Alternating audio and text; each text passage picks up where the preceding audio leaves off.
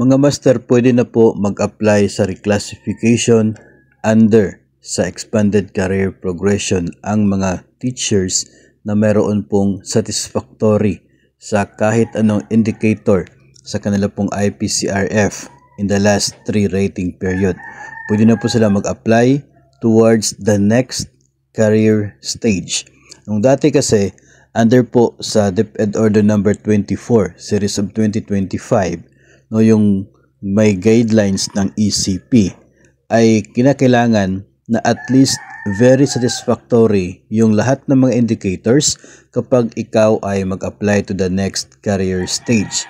Ibig sabihin, kapag teacher 1 to teacher 3 at mag-a-apply ka to teacher 4 to teacher 6, next career stage, dapat wala pong S, yung trending na S na yan.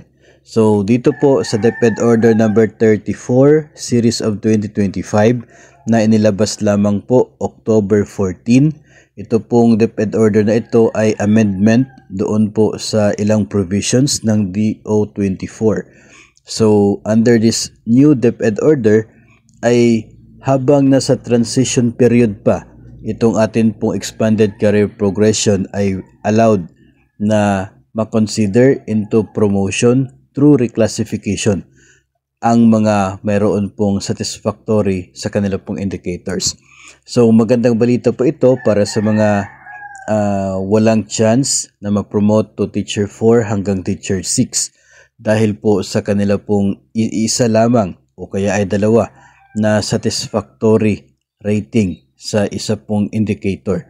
Kahit outstanding yung overall, pero dahil sa iisa o dalawang S na yan, ay hindi kasi yun allowed under DO24 kapag next career stage. So dito ngayon, pwede na ma-maximize yung tatlong salary grade na limit na pwede pong applyan ni teacher sa kanya pong reclassification o sa kanya pong promotion.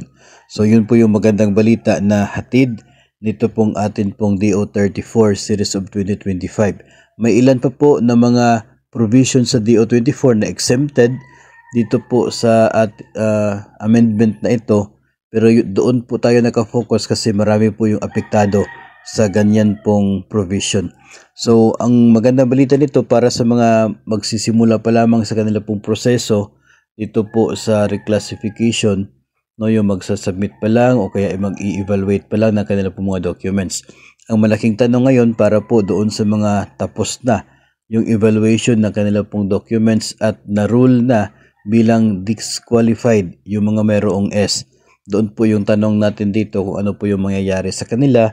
Magkakaroon ba ng bago pong submission of documents? Magkakaroon ba ng bagong process para po sa kanila? How about yung mga mag-a-apply sana ng T4 o kaya ay T5 pero dahil po sa rule na yun, yung previously ay nalimit po into T3.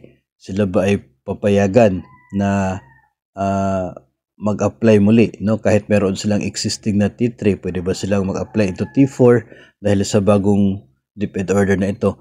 Ang mga tanong po na yan ay ma-refer din po natin yan sa mga inyo pong respective na division offices. No, sila po yung makakasagot dyan kung ano yung kanilang magiging proseso ngayon kung sila ay tapos na sa kanila pong pag-process dito po sa reclassification. Tapos ngayon, lumabas itong DO34. So, hintayin na lamang po yung advisory coming from your division offices po para malaman kung ano yung mga susunod po na action.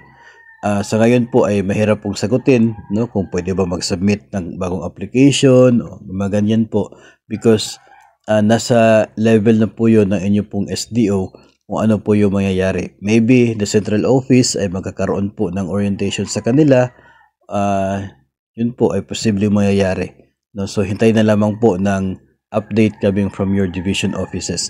Pero yung mga magsisimula pa lang, ito po ay magandang balita para sa inyo dahil kahit may S, pwede na po mag-apply into teacher 4 hanggang sa teacher 6.